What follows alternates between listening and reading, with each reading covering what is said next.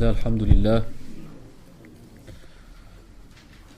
والصلاة والسلام الأتمان الأكملان على رسول الله وعلى آله وأصحابه ومن والاه واتبع هداه وسلم تسليما كثيرا ونشهد أن لا إله إلا الله وحده لا شريك له ونشهد أن محمدا عبده ورسوله صلى الله عليه وعلى آله وأصحابه ومن تبعهم بإحسان ليوم الدين.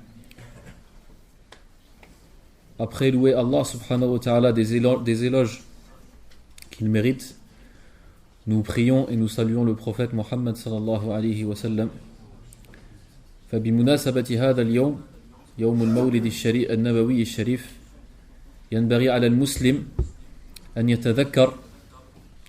يتذكر حق الرسول عليه الصلاة والسلام على أمته ويتذكر نعمة الله سبحانه وتعالى ويشكرها نعمة بعث وإرسال هذا النبي الكريم على هذه الإنسانية التي كانت في جهل وضلال فهداهم الله عز وجل بهذا الرسول النبي الأمي محمد بن عبد الله صلى الله عليه وسلم. Donc on se doit dans ce jour qui est اليوم الثاني عشر من شهر ربيع الأول, le 12e jour du mois de Rabi' al-Awwal, وهو يوم المولد النبوي الشريف, c'est le jour de la naissance du prophète Muhammad sallallahu alayhi wa sallam. Donc on se doit, chaque musulman se doit de se rappeler dans ce jour le droit que le prophète de l'islam a sur nous. Et il doit se rappeler du bienfait d'Allah subhanahu wa ta'ala, qui est le fait de nous avoir envoyé ce prophète et ce messager vers l'humanité afin de la sortir de l'égarement vers la guidée et des ténèbres vers la lumière. في المولد النبوي الناس على ثلاثة طرق فبعضهم يجعلون هذا اليوم عيدا وهذا غير صحيح.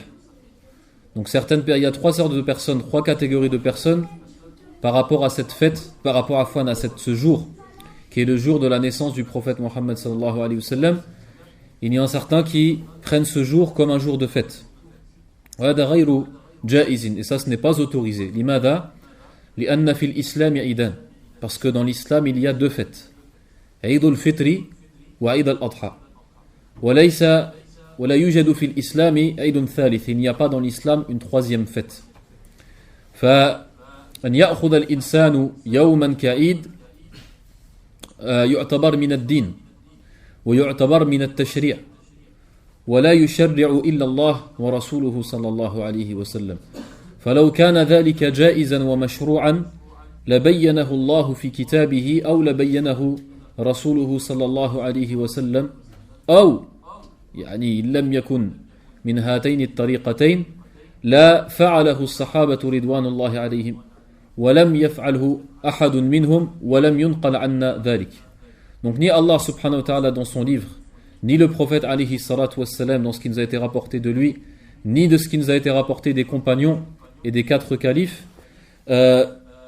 aucun n'a fêté la fête de la naissance, du jour de la naissance du prophète Muhammad sallallahu alayhi wa sallam. Parce que le fait de prendre un jour comme un jour de fête est considéré comme une législation et ne légifère qu'Allah subhanahu wa ta'ala dans la religion. الناس يعني الفوج الثاني هم الذين يعني لا يرون لهذا اليوم مزية.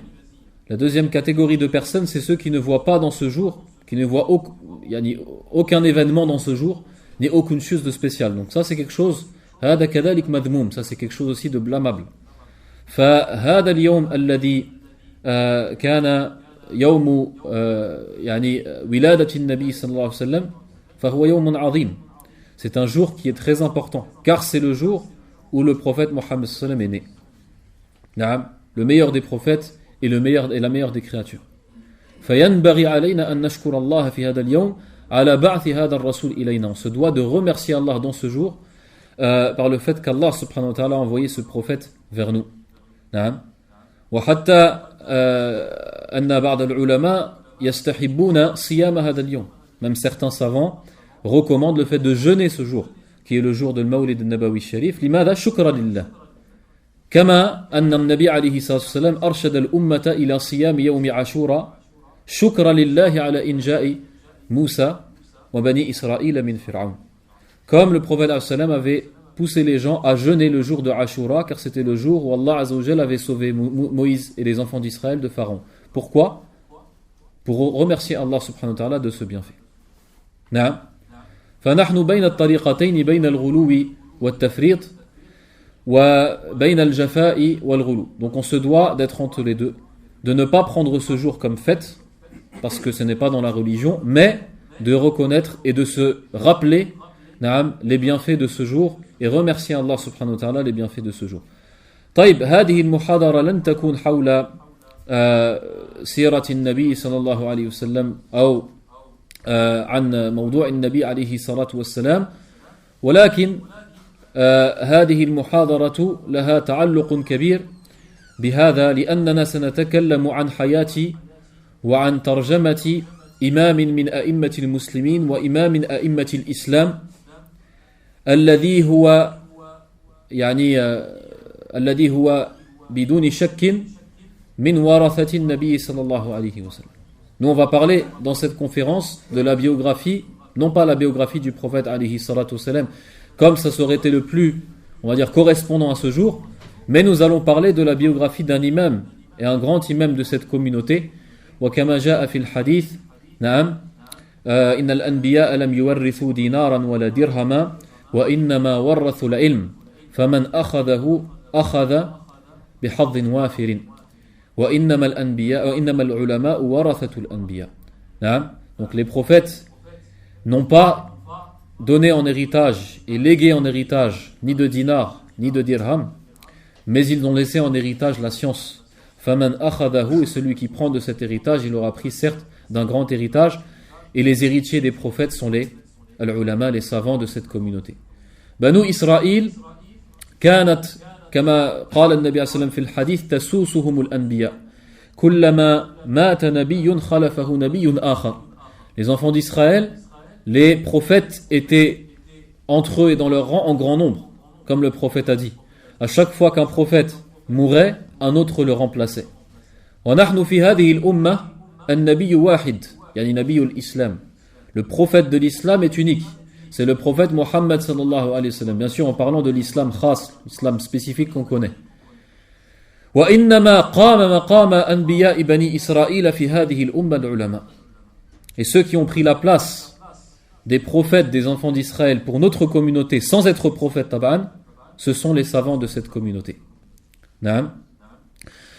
فنحن نتكلم إن شاء الله عز وجل اليوم على حياة وترجمة وحول حياة وترجمة رجل عظيم من عظماء الإسلام. نعم. ومن علماء الإسلام الكبار الذين تركوا ميراثا عجيبا وعظيما لهذه الأمة وهدي بسببهم الخلق الكثير. Donc nous allons parler d'un homme qui a une renommée tellement grande et qui a laissé des traces et du bien autour de lui et de la science autour de lui en un nombre tellement grand, na'am, qu'on ne peut pas s'imaginer. Ala wa huwa al-imam Malik. Nous allons parler de la biographie de l'imam Malik. Al-imam Malik alayhi rahmatullah wulida sanata 93 lil-hijra. Il est né en l'an 93 de l'Hégire. 93 de l'Hégire, c'est-à-dire 93 après après al-Hijra, après l'exode du prophète Mohammed sallallahu alayhi wa sallam, ala sahih min aqwali al-ulama. Wa wulida bil Madina wa lam yarhal min al-Madinati fi talab al-ilm qat. Il est né certes à Médine et n'est jamais sorti de la ville du prophète Mohammed sallallahu alayhi wa sallam toute sa vie. Pour étudier la science. Il n'a étudié la science qu'à Médine. فولد سنة 93 ولم يدرك الصحابة رضوان الله عليهم في حياته. Ça veut dire il n'a pas atteint dans sa vie, il n'a pas atteint et il n'a pas rencontré des compagnons du prophète alayhi salatu wassalam. Certains compagnons du prophète alayhi salatu wassalam, ceux qui sont morts le plus tard, qu'Anas ibn Malik ou Sahl ibn Sa'd al-Sa'idi ou Abu Tufayl et d'autres parmi les Sahaba, les derniers qui sont morts, sont morts environ à ce moment-là, c'est-à-dire cette dernière dizaine d'années du premier siècle de l'Hégire. L'imam Malik kana saghiran jiddan. C'était à ce moment-là, l'imam Malik était très petit, donc il ne les a pas rencontrés, ni a pu rapporter d'eux, ni a pu prendre de la science d'eux. فالإمام مالك يعتبر من أجل ذلك من طبقة كبار أتباع التابعين. Donc il fait donc partie de la grande génération, c'est-à-dire la génération âgée des plus grands, des atba' at-tabi'in, c'est-à-dire des successeurs des compagnons. لأن التابعي هو الذي أدرك الصحابي. Parce que le tabi'i, le successeur, tant que les compagnons, fait partie des successeurs des compagnons, c'est celui qui a rencontré ne serait-ce qu'un compagnon du prophète alayhi salatu wassalam. Naam, walam yudrik ahadan minhum Malik. Et l'imam Malik n'a pas rencontré un d'eux, donc il fait partie de la tabaqa, la génération d'après. Atba' at-tabi'in, les successeurs des compagnons. فهو في طبقة من الطبقات الثلاث التي أثنى عليها النبي صلى الله عليه وسلم في الحديث خير القرون قرني ثم الذين يلونهم ثم الذين يلونهم. Donc il fait partie bien sûr des 3 siècles et des 3 générations dont le prophète a parlé dans le hadith lorsqu'il a dit la meilleure des générations sont la mienne, c'est-à-dire les sahaba, et ensuite celle qui vient après, c'est-à-dire les successeurs des compagnons, et ensuite celle qui vient après, c'est-à-dire les successeurs des compagnons. On les appelle al-qurun al-thalatha al-mufaddala. فولد مالك بن أنس وطبعا اسمه مالك بن أنس بن مالك بن أبي عامر. Ça c'est son nom, c'est-à-dire Malik, son prénom, Ibn Anas, son père Anas, et son grand-père Malik et son arrière-grand-père Abu Amir. وأبو عامر هذا كان صحابيا. Son arrière-grand-père était un sahabi, était un compagnon du prophète alayhi salatu wassalam. وقيل أنه عاش في حياة النبي صلى الله عليه وسلم ولم يره. Et certains ont dit que son arrière-grand-père Abu Amir vivait à l'époque du prophète alayhi sallam mais ne l'avait jamais vu, ni je rencontrais. Donc c'est ce qu'on appelle al-mukhadram. Al-mukhadram, c'est quelqu'un qui a vécu à l'époque du prophète sallam mais qui ne l'a jamais rencontré. وجده Malik, et son grand-père qui s'appelle Malik aussi, min kibari at-tabi'in, il fait partie de la génération des grands successeurs des compagnons, wa huwa min fuqaha'ihim wa ulama'ihim, et il fait partie des savants et des grands savants des successeurs des compagnons. فالإمام مالك كما رأيتم هو تربى في بيت علم وتقوى. Donc il a donc grandi et a été élevé dans une maison de piété et de science. فحينما حدث نفسه بأن يطلب العلم, lorsqu'il a commencé à vouloir étudier la science, comme beaucoup à cette époque, قالت له أمه اذهب إلى ربيعة فتعلم من أدبه قبل علمه. Sa mère lui a alors dit, regardez le conseil de cette mère pieuse de l'époque, qui lui a dit, va vers Rabi'a. Rabi'a, c'est Rabi'a ibn Abi Abd al-Rahman, qu'on appelle Rabi'atul Ra'i, son surnom, min fuqaha al-Madina, al-Kibar, parmi les grands juristes de Médine, et un des plus grands dans le sens du fiqh. Il lui a dit, idhab ila Rabi'a, va voir Rabi'a, wa ta'alla min adabih, et prends de son comportement avant de prendre de sa science. تعلم من أدبه قبل علمه. فبدأ مالك بن أنس رحمة الله عليه طلب العلم عند ربيعة الرأي وغيره من علماء المدينة الكثر. Donc il a commencé à étudier la science auprès de Rabi'a et auprès de beaucoup de savants. Il y en avait certes énormément à Médine. لا تنسوا أن المدينة في هذا الوقت كانت عاصمة العلم ومدينة العلم في العالم الإسلامي.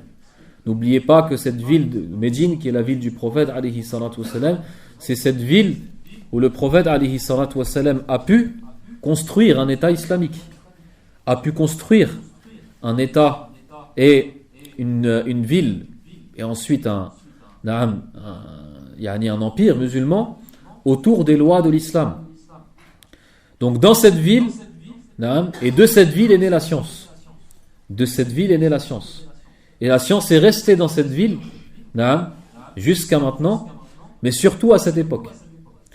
Donc, as-sahaba ridwanullahi alayhim, la majorité des sahaba, des compagnons du prophète, n'ont pas quitté Médine. N'ont pas quitté Médine jusqu'à leur mort. Et parmi eux, les grands compagnons du prophète, surtout les 4 califes, al-Khulafa al-Arba'a, illa Ali, sauf Ali ibn Abi Talib, qui est parti de Médine à la fin de sa vie. Mais même les grands califes et l'Ashra al-Mubasharin bil Jannah, taqriban, presque tous les 10 compagnons à qui le prophète sallam a promis le paradis. Et tous les grands compagnons, la plupart étaient restés à Médine. Illa al-Qalib. Donc imaginez ces compagnons, les grands compagnons du prophète alayhi salatu wassalam, et dans le sens général, la plupart des compagnons du prophète alayhi salam, qui sont eux les héritiers du prophète, et les seuls héritiers du prophète Mohammed sallallahu alayhi wa sallam, qui restent dans une ville. Imaginez-vous la science qu'il y a dans cette ville. Et c'est pour ça que même à l'époque des Sahaba, ou après, lorsque des savants divergeaient sur une question, كانوا يقولون تعالوا نذهب إلى المدينة فنسأل علماءها. Ils disaient, venez, qu'on revienne à Médine afin de poser la question à ces savants. وحتى في وقت عمر بن عبد العزيز, à l'époque de Omar ibn Abd al-Aziz, le 5e calife. Omar ibn Abd al-Aziz, il était calife à l'époque, à la fin du 1er siècle de l'Hégire, c'est-à-dire en l'an 99 environ de l'Hijra. Il est resté 2 ans. 2 ans et demi en tant que calife. فكان يأتي علماء المدينة وهو من أهل المدينة. Lui, il fait partie des gens de Médine. Et parmi les savants de Médine, et il allait voir les savants de Médine de l'époque, من يعني الفقهاء السبعة وغيرهم, parmi les 7 juristes et d'autres, ويرجع إلى أقوالهم, et il revenait vers leurs paroles et vers leurs avis. فالخلفاء وغيرهم كانوا يرجعون إلى المدينة. فمالك رحمة الله عليه تربى في هذه المدينة الطيبة الطابة. Il a donc grandi et s'est élevé et s'est éduqué, et a été éduqué par les savants de cette ville qui sont en grand nombre. فتعلم ودرس ومن مشايخه غير ربيعة, par Rabi'a, parmi ses professeurs il y avait Nafi' Mawla ibn Omar, l'esclave affranchi de Abdullah ibn Omar, Nafi', qui a rapporté tellement de hadiths de Abdullah ibn Omar. ومنهم محمد ibn Ubaydillah ibn Muslim ibn Shihab al-Zuhri, حافظ هذه الأمة, le plus grand mémorisateur de cette communauté. والذي روى الأحاديث الكثيرة جدا عن الصحابة. C'est lui qui a rencontré plein de compagnons et qui nous a rapporté tellement de hadiths des compagnons du prophète alayhi salam, comme Aïcha radiyallahu anha ou comme Abu Huraira et d'autres. Parmi les professeurs de l'imam Malik alayhi rahmatullah, Zayd ibn Aslam, parmi les successeurs des compagnons. ومن مشايخه كذلك, parmi ses professeurs, Abdurrahman ibn Hurmuz al-A'raj, un des grands savants parmi les successeurs des compagnons, Ibn Hurmuz. ومنهم ابن عجلان, وكذلك أيوب ibn Abi Tamimat al-Sakhtayani, من زهاد هذه الأمة, parmi les grands ascètes de cette communauté, أيوب ibn Abi Tamimat al-Sakhtayani. ومنهم جعفر ibn Muhammad, Ja'far al-Sadiq, parmi la progéniture et la descendance du prophète Mohammed sallallahu alayhi wa sallam, Ja'far al-Sadiq, celui qui est considéré parmi les 12 imams عند الشيعة, chez les chiites. جعفر ibn Muhammad al-Sadiq من مشايخ مالك, ومنهم محمد ibn al-Munkadir وغيرهم كثير. C'est-à-dire que ces professeurs étaient des grands savants de Médine, il y en avait beaucoup. فالإمام مالك تربى كذلك وتعلم العلم حتى بلغ وعمره 17 سنة, jusqu'à il a atteint l'âge de 17 ans عفوا.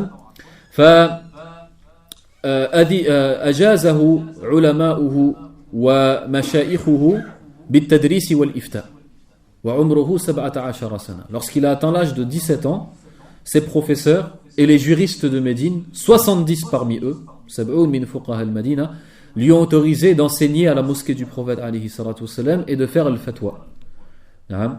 وتعلمون أن الفتوى أمر عظيم في الدين. Il faut savoir que le fatwa, le fait de prendre la responsabilité, non pas de répondre à une question religieuse, mais de se mettre dans une position où tu es connu pour répondre aux questions religieuses. Se mettre dans le mansib de le fatwa. Ça, c'est quelque chose que normalement la personne se doit d'atteindre lorsqu'elle a lorsque ses cheveux commencent à blanchir. Pour celui qui a commencé jeune dans la science et qui a passé toute sa vie dans la science. Et l'imam Malik, à 17 ans, il a atteint ce degré-là.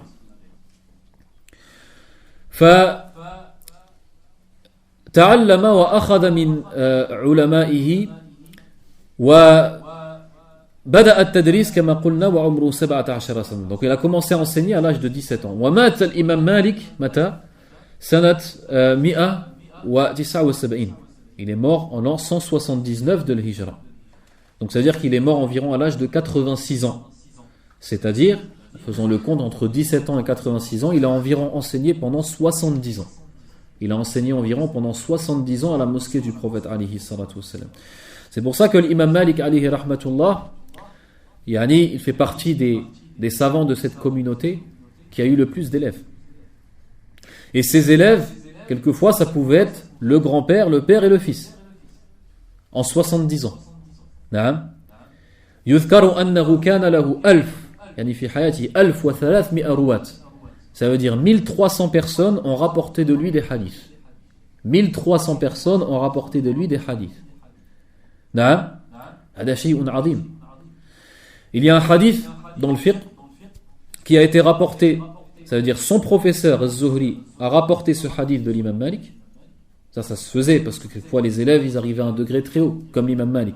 Donc son propre professeur, de qui il prenait les hadiths, a rapporté un hadith de l'imam Malik. Parce que certains hadiths, peut-être que même quelqu'un qui a la science de Zuhri n'avait pas entendu tel hadith. Donc il a récupéré de son élève. Et l'imam Zuhri, il est mort en l'an 124 de l'Hégire. Et ce même hadith l'a pris de l'imam Malik, un de ses élèves, qui est mort en l'an 250 de l'Hijra. Donc ça veut dire qu'entre ces deux hommes qui ont rapporté le même hadith du même homme, il y a 125 ans de différence entre la date de mort de ces deux personnes. فهذا أمر عظيم. فبدأ يدرس في مسجد النبي صلى الله عليه وسلم ووصل إلى درجة من العلم إلى أن رجع إليه مشايخه في الفتوى. Comme ont rapporté certains de ses élèves, l'imam Malik, certains de ses élèves ont rapporté de lui qu'il a dit ما أحد أخذت عنه العلم إلا واضطر يوما من الأيام إلى أن يرجع إلي نعم في أمر دينه في الفتوى في أمر دينه. Ça veut dire l'imam Malik de lui-même il a dit aucune personne de qui j'ai pris la science, et ceux de qui il a pris la science c'était des grands savants de Médine, aucune personne de qui j'ai pris la science sans qu'il ait eu besoin de moi un jour pour un conseil dans la religion, pour une fatwa pour lui-même, c'est pas pour les autres. Imagine-toi le professeur qui revient voir l'élève, et pas un seul, tous les professeurs de l'imam Malik, un jour, il est arrivé un jour où il arrivait à un certain degré de science, où ils sont revenus vers lui pour lui demander une fatwa, pour eux-mêmes. Ça nous montre le degré de science de cette personne. Rahmatullahi alayhi. Wa ala al-jami'. Yuqal anna ahl al-Madina, les gens de Médine, ما تقلدوا قول أحد بعد زيد بن ثابت مثل مالك ابن أنس. C'est-à-dire que il y avait beaucoup de savants à Médine dans toutes ces générations-là. Mais les gens à l'époque de l'imam Malik, ils suivaient tellement ses avis et ses paroles que personne n'a connu ça après Zayd ibn Thabit, le sahabi, le compagnon du prophète alayhi salatu wassalam. Ou l'imam Malik, il dit qu'à Médine, Imam Nas, l'imam des gens, c'était Omar ibn al-Khattab à son époque. Lorsque Omar ibn al-Khattab est mort, celui que les gens suivaient, c'était Zayd ibn Thabit. Et lorsque Zayd ibn Thabit est mort, c'était Abdullah ibn Omar. D'accord ? Donc ça nous montre simplement on va dire d'où vient la science de l'imam Malik. D'où vient la science de l'imam Malik. Et de quel compagnon il a pris la science. Donc Khasatan Zayd ibn Thabit ou Abdullah ibn Omar. Et ça c'est important pour un talib al-ilm, pour un étudiant en sciences, afin qu'il comprenne le fiqh de l'imam Malik, la jurisprudence de l'imam Malik, d'où il l'a prise. L'imam Malik kataba taban fi hayatihi, dans sa vie, il a écrit un livre qui est connu, un livre célèbre qui est le premier livre islamique, le premier livre dans l'islam qui nous est parvenu. Le premier livre qui a été écrit dans l'islam qui nous est parvenu. C'est Al-Muwatta de l'imam Malik. C'est-à-dire que certains livres ont été écrits avant le Muwatta, peu, mais certains ont été écrits avant le Muwatta, surtout des livres de hadith, mais ils ne sont pas été parvenus. Donc le premier livre qui nous a été parvenu dans l'islam, c'est le Muwatta de l'imam Malik, c'est le livre Al-Muwatta. Livre Kitabu Hadith, donc c'est des livres de hadith, c'est-à-dire c'est une compilation de hadith. وفيه كثير من آثار الصحابة. Il y a beaucoup dans ce livre aussi de choses qui ont été rapportées, qu'on appelle des athar, c'est-à-dire des hadiths qui ont été rapportés, mais pas du prophète, mais des sahaba, des compagnons, comme Omar ibn Khattab, comme Abdullah ibn Omar et d'autres. وفيه في اختلاف الروايات, en fonction des versions, c'est-à-dire des versions de Muwatta, parce qu'il y a eu en tout 56 personnes qui ont rapporté, c'est-à-dire 56 personnes qui ont rapporté le Muwatta de l'imam Malik. En fonction des versions, il y a aussi des avis juridiques de l'imam Malik. Par exemple, l'imam Malik va citer un hadith, par exemple dans le chapitre de Siyam, le chapitre de l'âge du jeûne, et ensuite il va dire, il va donner son avis juridique sur ce hadith. Ou alors il va dire ce qu'il a trouvé et comment il a trouvé les savants de Médine, est-ce qu'ils appliquaient ce hadith ou pas. Il a akhiri.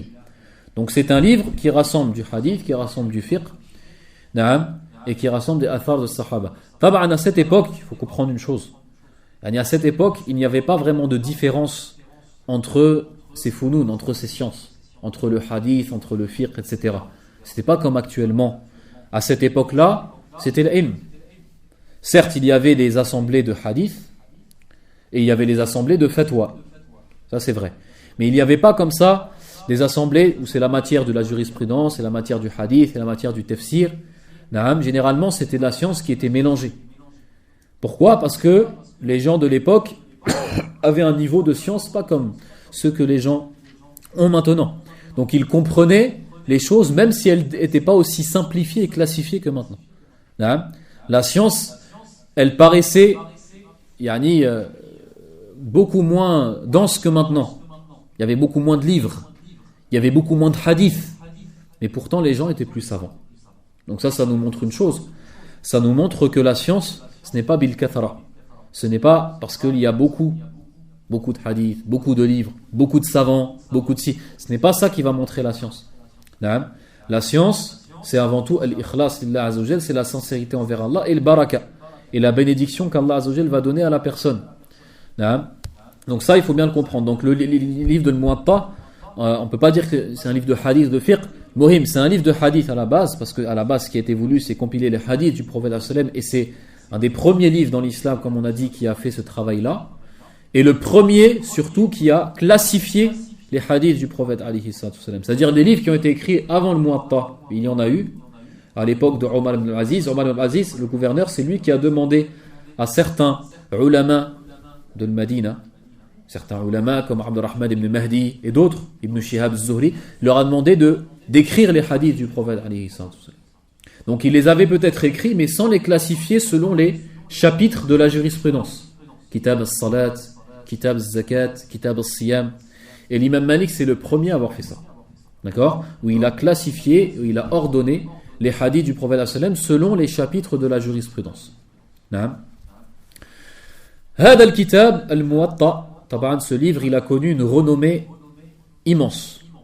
D'accord ? Et les étudiants de sciences de l'époque, de tout l'empire musulman, d'accord, de tout le califat, de toutes les contrées, ont voyagé et ont voulu voyager pour prendre le Muwatta directement de la bouche de l'imam Malik alayhi rahmatullah.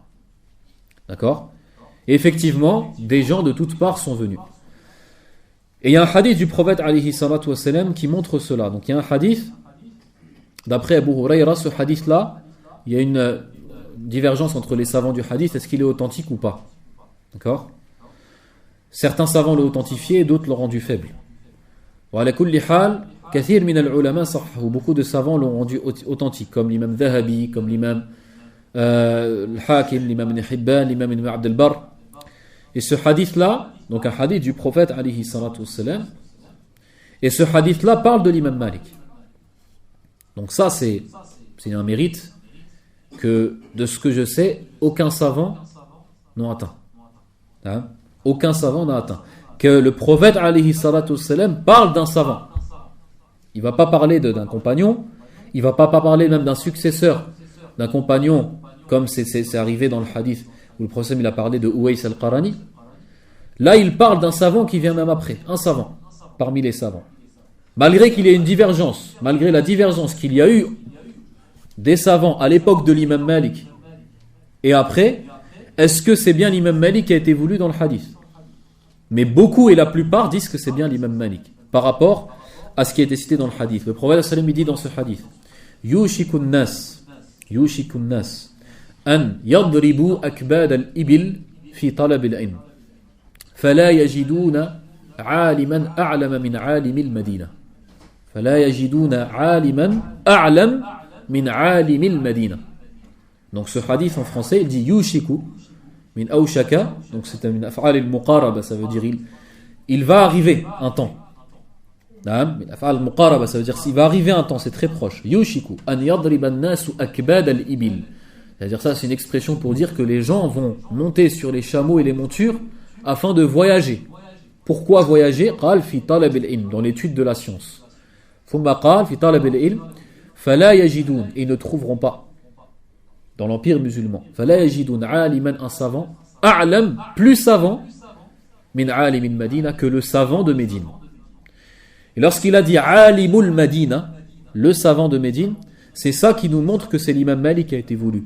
Pourquoi? Parce que dans l'histoire, certes beaucoup d'étudiants de sciences, beaucoup de gens ont voyagé vers Médine pour apprendre la science. Mais lorsqu'ils voyageaient vers Médine pour prendre la science, ils ne voyageaient pas pour un seul savant. Par exemple, à l'époque des al-fuqaha as-sab'a, l'époque des 7 juristes de Médine,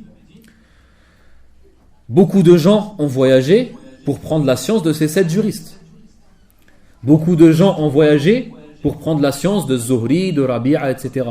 Mais pas pour un seul homme. Alors que l'imam Malik, les gens, ils voyageaient pour prendre de la science de l'imam Malik lui seul. Et s'il voyageait, c'était pour ça. Comme l'imam Shafi'i, par exemple, qui a voyagé de la Mecque vers Médine pour prendre de l'imam Malik. Donc ça nous montre que dans ce hadith, c'est lui qui a été voulu. Et d'ailleurs, même parmi les, on va dire, camarades, entre guillemets, de l'imam Malik, c'est-à-dire qui étaient à son niveau dans l'âge, dans la science, etc., comme l'imam Sufyan ibn Uyayna, il disait de ce hadith que c'était l'imam Malik qui était voulu. Donc ça nous permet de faire une petite transition sur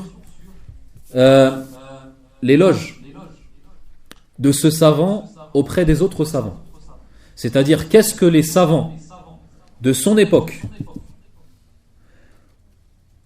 que ce soit ses professeurs à lui, ou que ce soit ceux qui, on va dire, ses camarades et ses collègues, c'est-à-dire l'aqran, ses compagnons, ceux qui étaient avec lui, qui ont étudié la science avec lui, ou alors qui étaient, on va dire, au même degré de science et au même âge, dans les contrées musulmanes. Et les éloges aussi de ses élèves. Donc on va essayer de simplement citer certaines éloges qui vont nous montrer la valeur et le mérite de cet imam, qui est l'imam Malik alayhi rahmatullah. أولا مشايخه فيقول ابن هرمز عبد الرحمن بن هرمز الأعرج, des grands compagnons, des grands successeurs des compagnons, il dit de l'imam Malik innahu alimun nas, il dit c'est le savant, c'est le savant déjà. يقول عنه الزهري, l'imam الزهري, il dit anta min aw'iyati al-ilm, en parlant d'imam Malik, il dit toi tu fais partie des récipients de la science, ceux qui absorbent la science. Attention, il ne le dit pas à quelqu'un de cette époque. Alors déjà c'est l'imam Zuhri qui le dit. Il y a une qissa ajib, un jour l'imam Malik, il était jeune, c'était encore un jeune garçon. Il étudiait auprès de l'imam Zuhri, il a assisté à son assemblée de sciences, de hadith, et l'imam Zuhri il a cité, je me souviens plus si c'est 20 ou 40 hadiths. Il le citait qu'une fois. L'imam Malik il est venu le voir, donc il était très jeune, il est venu voir l'imam Zuhri à la fin de l'assemblée, il lui a dit j'ai mémorisé tous les hadiths sauf un seul. Qu'est-ce que l'imam Zuhri il a dit? Il a dit sa'a hifdun nas. Il a dit khlas, il a dit la mémorisation elle est partie. À l'époque, ils écoutaient le hadith une fois, ça leur suffisait. Celui qui retenait pas le hadith une fois, en une seule fois, c'est qu'il y avait un souci. Il y avait un problème dans sa mémorisation. Et bien sûr, la mémorisation, ça va avec la piété de la personne, ça va avec la baraka qu'Allah Azza wa Jalla l'a mis dans sa science, etc., etc. Attention, cette génération, c'était pas la nôtre. Donc regardez l'imam Zuhri, avec son degré de science, et avec des élèves. À cette époque, ces élèves-là, c'était tous des ulama, qui étaient tous en réalité, nous on les prendrait tous, on dirait tous, c'est des récipients de la science. Mais l'imam Zuhri dit à l'imam Malik, Anta min aw'iyati al-ilm. Naam. Amma al-aqran, ça veut dire ceux qui étaient de son époque, de son degré entre guillemets, on va citer les grands savants de son époque, c'est-à-dire ceux qui étaient, on va dire, yushar ilayhim bil banan, qu'on montrait du doigt et on voyageait pour eux à son époque. Donc tu avais l'imam Malik à Médine, tu avais l'imam Sufyan al-Thawri. Sufyan al-Thawri, c'était fait l'Irak, en Irak. Tu avais l'imam al-Awza'i min Ahli Sham, en Syrie-Palestine, c'était l'Awza'i. Et tu as al-Layth ibn Sa'd fi Misr. En Égypte, c'était Layth ibn Sa'd. Tu as ces quatre-là. Et rajoute Sufyan ibn Uyayna, parce que c'était aussi un des plus grands. Ces cinq-là, on va voir ce qu'ils disent. Ibn Uyayna, rahmatullahi alayh, il dit très simplement d'une phrase, Ma nahnu wa Malik. C'est-à-dire, qui sommes-nous devant l'imam Malik? Il disait ça simplement. Innama kunna natba'u athara Malik. Nous ne suivions que les traces de l'imam Malik. Al-imam al-Awza'i يقول عن الإمام مالك هو عالم العلماء. L'imam al-Awza'i, qui était entre guillemets de son degré, c'est-à-dire c'était un de ses camarades dans l'âge, etc., il dit huwa alimul ulama. Il dit l'imam Malik, c'est le savant des savants. Le savant des savants. Sufyan al-Thawri. Sufyan al-Thawri, ruwiya annahu ru'iya yatuf ma'a al-imam Malik wa huwa khalf Malik. Ça veut dire quelqu'un qui l'a vu et on le voyait. Alors que l'imam Malik il faisait le tawaf, Sufyan al-Thawri il était derrière l'imam Malik. À chaque fois que l'imam Malik faisait quelque chose, Sufyan al-Thawri il le faisait. Il le suivait, yaqtadi bihi. وقال معا الثوري كان يزاحمنا على باب مالك. Sufyan al-Thawri, certains de ses élèves, ils voyaient Sufyan al-Thawri qui était avec eux devant la porte de la maison de l'imam Malik en attendant qu'il sorte pour prendre de sa science. Alors c'était quelqu'un qui était yani fi imamatihi, qui était un imam dans la science. Sufyan al-Thawri في الحديث والفقه. والليث بن سعد أما الليث يقول علم مالك علم تقى. Il dit la science de l'imam Malik c'est une science de piété. Et ça c'est important, ilm tuqa. C'est pas une science de ikthar. C'est pas une science où tu rapportes beaucoup de hadiths, où tu dis plein de choses et il y a plein de... Non, c'est une science dans laquelle tu veux la piété.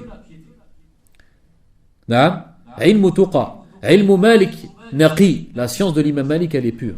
Et ensuite il dit Malikun aman liman akhadha anhu min al-anan. Il dit l'imam Malik c'est une sûreté. C'est une sûreté pour celui qui a pris de lui la science. Ça c'est ceux qui étaient à son époque. Amma talamid, concernant les élèves maintenant, parmi ces grands élèves, Mathalan Abdurrahman ibn Mahdi. Abdurrahman ibn Mahdi c'était Kibar al-Muhaddithin, il faisait partie des grands muhaddithin de l'époque.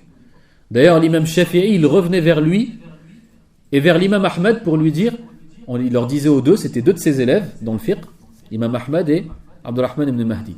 L'imam Shafi'i disait aux deux, dites-moi si un hadith est sahih. Comme ça je le prendrai, na'am, et je l'appliquerai ou pas, en fonction du fiqh. Donc c'est un grand savant du hadith. Abdurrahman ibn Mahdi il disait de l'imam Malik, il disait Malikun a'lamu min ustad Abi Hanifa. Il disait l'imam Malik il est plus savant que le professeur de Abu Hanifa, qui est Hamad ibn Abi Sulaiman. Naam. Wa yaqulu Asad ibn al-Furat. Asad ibn al-Furat هو كان مغربي أهل القيروان, fait partie du Maghreb. Asad ibn al-Furat وهو راوي الأسدية, c'est lui qui a rapporté le livre Al-Asadiyya de Abdurrahman ibn al-Qasim, qui est devenu par la suite, ce livre Al-Asadiyya qui est devenu par la suite Al-Mudawwana, qui est connu dans le fiqh de l'imam Malik. Asad ibn al-Furat il dit من أراد الله والدار الآخرة فعليك إن أردت الله والدار الآخرة فعليك بعلم مالك. Si tu veux Allah et l'au-delà, alors suis la science de l'imam Malik. D'accord? Quand il dit ça, c'est-à-dire que c'était quelqu'un qui avait étudié Madhabu Ahli al-Iraq, l'école des Irakiens et l'école des Hijaziyyin et l'école de l'imam Malik. Et il a compris cette chose-là.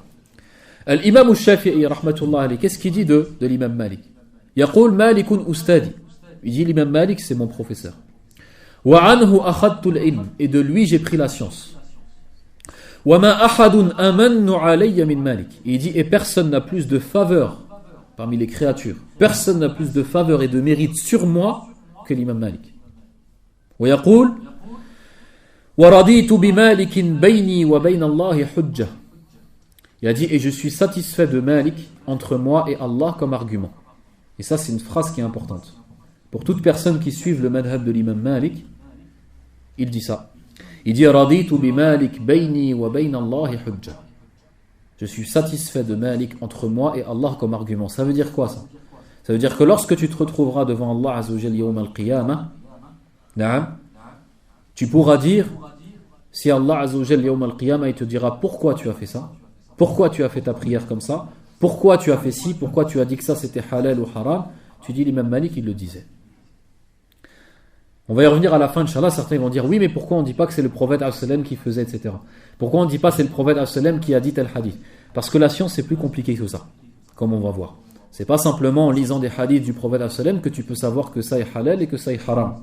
Et que tu peux savoir comment prier, ou est-ce qu'il faut que tu lèves les mains, ou que tu lèves pas les mains, ou alors il faut que tu... Donc la science c'est plus compliqué que ça là. Et ces imams-là, ils nous ont facilité la science. Ils nous ont expliqué le Coran et la Sunna. Donc ils ont cette faveur sur nous. Et ce mérite sur nous. Raditu bi Malikin bayna Allah bayni wa bayna Allah hujjatan. Qal wa ma ahadun balagha mablagha Malik. Il a dit et personne n'a atteint le degré de Malik. Li hifdhihi wa siyanatihi wa itqanihi. Par son excellence dans la science, wa itqanihi wa siyanatihi, par le fait qu'il a été protégé par Allah subhanahu wa ta'ala, c'est-à-dire dans sa science, wa hifdhihi, et par sa mémorisation. Yaqulu al-imam Ahmad, l'imam Ahmad taban ce n'est pas un des élèves de l'imam Malik, wa li'annahu kana saghiran wa lam yudrik Malikan. L'imam Ahmad il est né en l'an 164 et l'imam Malik il est mort en l'an 179. Donc il n'avait que 15 ans l'imam Ahmad lorsque l'imam Malik est mort. Il ne l'a pas rencontré ni appris de lui la science. Et il a regretté par cela. Et il disait de l'imam Malik, Rahimallahu Malikan innahu min al-Islam bimakan. Il disait qu'Allah fasse miséricorde à Malik. Certes, il avait dans l'islam une place importante. Wa yaqulu anhu, na'am, yaqul kana imaman fil hadith wal fiqh. C'était un imam dans le hadith et dans le fiqh. Et ça, c'était pas quelque chose de donné à tout le monde. Quelqu'un qui rassemble comme ça toutes les sciences. ويقول الحديث حديث مالك والرأي رأي مالك. Et il disait le hadith c'est le hadith de Malik et la vie juridique c'est la vie juridique de l'imam Malik. وأما في المحدثين, si maintenant on prend les muhaddithin, c'est-à-dire ce qu'ont dit les muhaddithoun de l'imam Malik, c'est-à-dire lorsque l'imam Malik par exemple il rapporte des hadiths, que ce soit dans le Muwatta مثلا, généralement les hadiths c'est dans le Muwatta, ou fi ghayri al-Muwatta, lorsque l'imam Malik مثلا il rapporte des hadiths de lui-même, disait par exemple l'imam Malik disait Balagani kada, c'est très souvent dans le Muwatta, ce qu'on appelle al-Balagat, Balagat al-Imam Malik, il dit Balagani kada, c'est-à-dire il m'est parvenu telle chose. Par exemple la parole connue de Isa ibn Maryam, l'imam Malik قال في الموطأ بلغني أن عيسى بن مريم كان يقول الحديث المعروف في الحكمة والزهد بلغني كذا بلغني كذا. هذا بلغني, il m'est parvenu. À la base, ce n'est pas une chaîne de transmission. Une chaîne de transmission, il faut dire حدثنا فلان قال حدثنا فلان قال أخبرنا فلان عن النبي صلى الله عليه وسلم. C'est ça une chaîne de transmission. Normalement, il faut que ce soit quelque chose de continu. De la personne qui te cite le hadith jusqu'au prophète Mohammed sallallahu alayhi wa sallam. Mais l'imam Malik souvent il disait Balaghani, il m'est parvenu telle chose. Et bien tout simplement, ce qu'on appelle le hadith al-mursal. Hadith al-mursal, c'est le hadith que rapporte un successeur des compagnons par exemple. Il le rapporte du prophète alayhi salam directement. Or le successeur des compagnons n'a jamais rencontré le prophète. Donc automatiquement on sait qu'il a supprimé quelqu'un dans la chaîne de transmission. Si c'est un sahabi, si c'est un compagnon, il n'y a pas de problème. Parce que tous les compagnons sont udul. Tous les compagnons sont des gens de confiance. Mais par contre, il se peut qu'il ait supprimé dans la chaîne de transmission un autre successeur des compagnons. Donc, il pourra avoir un doute dans le isnad. D'accord ? Ça, c'est la réflexion que des muhaddithin ont fait. La plupart, c'est les muta'akhirin. Ça veut dire parmi les ashab al-hadith, les savants du hadith, c'est les nouveaux. Et quand je dis les nouveaux, c'est-à-dire ceux qui étaient qui sont venus après les anciens. Par contre, à l'époque de l'imam Malik, lorsqu'on parle du hadith mursal, au contraire, le hadith mursal, certains ils te disent que le hadith mursal, il est plus authentique qu'un hadith qui n'est pas mursal. C'est-à-dire un hadith où le savant, il te dit il m'est parvenu du prophète sallam telle chose. Et il n'a pas cité la personne qui est entre lui et l'imam Malik. Certains savants, ils te disent ce hadith-là, il est plus authentique qu'un hadith où tu cites la chaîne de transmission. Pourquoi ? Parce que si ce savant-là, à condition bien sûr que ce savant, ce soit quelqu'un qui ne cite des hadiths que lorsqu'il est sûr. Et s'il cite des hadiths, il enlève la chaîne de transmission, tu sais que c'est quelqu'un qui est shadid. C'est-à-dire c'est quelqu'un qui est dur dans le fait de choisir tel hadith et tel hadith. Sinon, c'est pas une preuve. Il te dit, s'il t'a enlevé la chaîne de transmission, c'est pour te dire, écoute, t'as même pas la peine de chercher quels sont les hommes dans la chaîne de transmission. Moi, tu as ma garantie que ces hommes que j'ai supprimés, c'est des gens de confiance. Donc ce hadith, il est encore plus authentique. Donc c'est pour ça, par rapport à ça, et bien d'autres raisons, les gens, ils peuvent penser, par exemple, ils te disent, ouais, le hadith, il est dans le muwatta, mais il est daïf. Il y a beaucoup de gens qui disent ça. Et c'est malheureusement qu'il faut même des savants qui vont dire, oui, dans le hadith, dans le muwatta, il y a des hadiths qui sont faibles. Pourquoi ? Parce que le hadith, il est mursal. Parce que le hadith, il est mursal. Et le hadith mursal, min aqsam ad-da'if. عند المحدثين يعني المتأخرين. Parmi les savants du hadith, les muta'akhirin, les contemporains, etc., un hadith mursal, c'est un hadith da'if, c'est un hadith faible. Mais pas à l'époque. Donc ils vont dire, par exemple, dans le madhab de l'imam Malik, il y a telle question, tel avis juridique que disait l'imam Malik, mais cet avis, il est basé sur un hadith. Et ce hadith, il est mursal. Donc, le qawl da'if. Mais non. Parce que lorsque l'imam Malik il cite un hadith mursal, par exemple, ou alors il dit balagani kada, à son époque, Sufyan al-Thawri, imam fil hadith, Sufyan al-Thawri, disait إذا قال مالك بلغني فهو إسناد قوي. Il dit, si l'imam Malik il dit balagani, il m'est parvenu cette chose, ça veut dire que c'est une chaîne de transmission, pas simplement une chaîne de transmission qui est forte. Plus que cela, l'imam Abu Daoud al-Sajistani, Abu Daoud, celui qui a Sunan, parmi les Sunan, Abu Daoud, qu'est-ce qu'il dit Abu Daoud rahmatullahi alayhi? Lui, il n'a jamais rencontré l'imam Malik. Il dit Marasil ou Malik, Marasil, ça veut dire le jam' mursal, les hadiths mursal de l'imam Malik, Marasil ou Malik asah min Marasil Sa'id ibn Musayyab wal Hasan al-Basri. Il te dit, ils sont plus forts, ils sont plus authentiques que les mursal de qui? De Sa'id ibn Musayyab al-Hasan al-Basri. Vous savez c'est qui ces deux? C'est les plus grands successeurs des compagnons, les plus grands savants des successeurs des compagnons. Ça veut dire que eux, ils ont rencontré que les compagnons. Hasan al-Basri et Sa'id ibn Musayyab. Ils te disent les mursal de l'imam Malik, ils sont plus forts que les mursal de Sa'id ibn Musayyab et le Hasan al-Basri. Donc ça te montre que lorsque l'imam Malik il citait un hadith dans le Muwatta, il en était sûr de ce hadith-là. Absolument sûr. Et d'ailleurs, c'est pour ça, et même plus que ça, l'imam Malik, durant toute sa vie, il n'a cessé de supprimer des hadiths de le Muwatta. Certains ils disaient que le Muwatta, à l'époque, il y avait 10 000 hadiths. Et qu'il n'a cessé de supprimer des hadiths jusqu'à qu'il meure. Et lorsqu'il est mort, le Muwatta, donc comme il nous est parvenu, il y a 853 hadiths. Il n'a cessé de les supprimer en fait. Pourquoi ? Taharriyan. Ça veut dire pour être sûr que ce qu'il y a dans ce livre, c'est absolument sûr que le prophète l'a dit. Naam. C'est pour ça que certains disaient ilmu nas fi ziyada wa ilmu Malik fi nuqsan. Pourquoi ils disaient ça? Certains disaient la science des gens, c'est-à-dire des savants en général, elle est dans le rajout. Et la science de l'imam Malik, elle est dans le nuqsan, elle diminue. C'est dans le sens que l'imam Malik, dans ses œuvres, etc., il baissait. Et ça, il diminuait toujours pour être sûr. Il diminuait pour être sûr. Et ça, c'est ce qu'on va voir aussi lorsque l'imam Malik faisait les fatwas, etc. فإذا أحاديثه مشهورة وصحيحة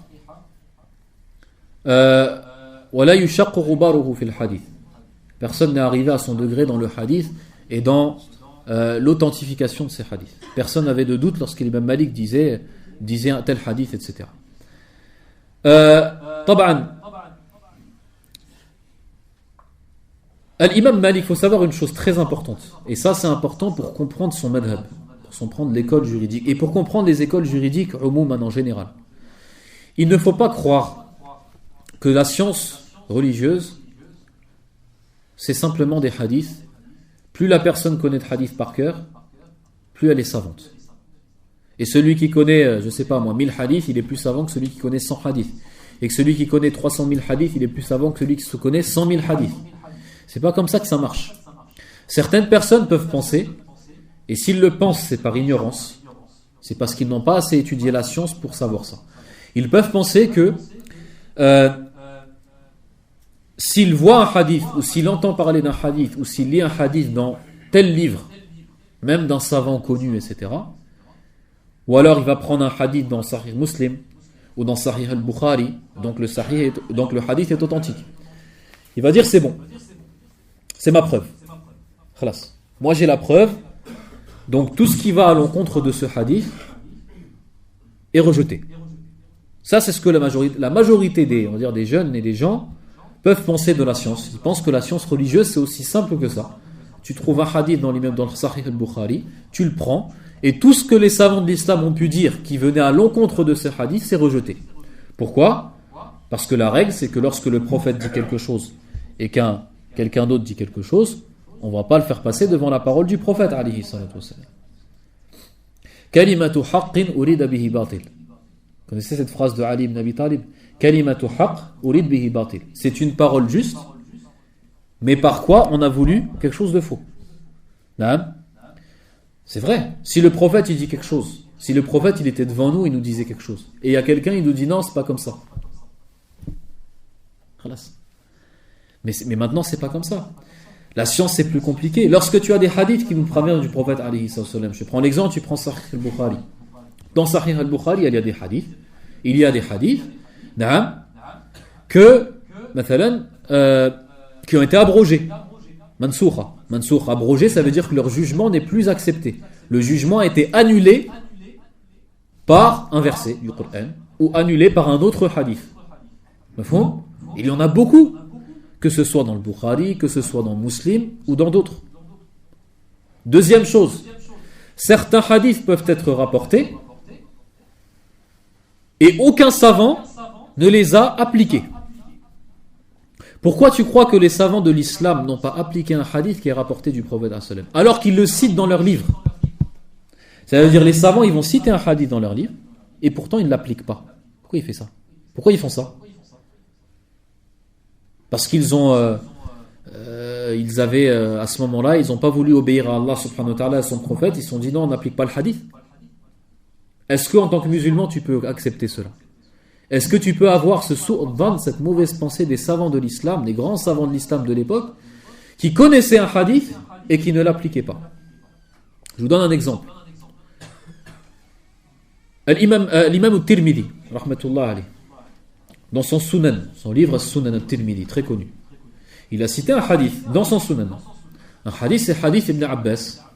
Le hadith, il est aussi dans Sahih Muslim. Hadith ibn Abbas, que le prophète alayhi salatu wassalam, il est connu ce hadith. Beaucoup de gens le connaissent. D'accord? Beaucoup de gens le connaissent et le prennent comme preuve. Que le prophète alayhi salatu wassalam, il rassemblait les prières à Médine, alors qu'il n'y avait ni de pluie et ni il était en voyage. Donc là, et il y a plusieurs riwayat, il y a plusieurs versions là-dessus. Donc certains savants, ils disent nous on prend ce hadith comme preuve parce qu'il est dans Sahih Muslim. Il te dit il est dans Muslim. Khalas. Il est dans Sahih Muslim, donc on prend ce hadith comme preuve qu'on peut rassembler des prières, Dohr et l'Asr par exemple, alors que tu n'es en voyage, ni malade, ni qu'il y a la pluie. Donc par exemple, si quelqu'un, pour telle ou telle raison, telle circonstance, il a envie de rassembler, il rassemble. Mais le problème c'est que l'imam Tirmidhi, à la fin de son recueil, qu'est-ce qu'il a dit? Il a dit il y a deux hadiths, simplement deux. Dans tout le recueil de hadiths qu'il y a, que j'ai écrit, il y a deux hadiths. Personne parmi les savants de l'islam ne l'ont appliqué et ne l'ont accepté. Et il a cité parmi ces deux hadiths celui-là. Et le deuxième hadith, c'est que celui qui boit al-khamr, sharib al-khamr, au bout de la 4e fois, lorsqu'on lui fait le had, le châtiment corporel, qui est le fait de le fouetter 40 coups de fouet, ou 80 afwan, au bout de la 4e fois, faqtulu, dans le hadith. Donc il a dit ces deux hadiths, ils ne sont pas appliqués dans l'islam. Et pourtant, tu vois des gens qui se basent sur ce hadith-là. Donc ça nous montre que c'est pas parce qu'un hadith il est dans Sahih Muslim ou il est dans tel recueil de hadith authentique que pour autant tu dois l'accepter. Il faut que tu saches si ce hadith tu peux l'appliquer ou pas. Parce que tu ne sais pas la science du hadith. Peut-être que ce hadith a été abrogé, peut-être que ce hadith n'est pas appliqué pour telle raison. Et c'est pour ça qu'il a été rapporté de Abdullah ibn Wahb, le Masri, l'élève de l'imam Malik, Abdullah ibn Wahb, il disait, donc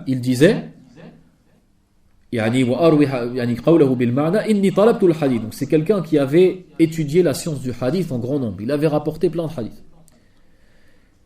Et il dit qu'il s'est retrouvé il était perdu dans ces hadiths-là. Parce que quelquefois tu vas trouver un hadith, il peut être authentique, et tu vas trouver le même qui va en contradiction. Ce qu'on appelle le ta'arud. Qu'est-ce que tu fais? T'es perdu. Tu sais pas si tu prends ça ou ça. Tel hadith Talq ibn Ali, أن الرجل الذي يمس فرجه وذكره فهو بدعة منك.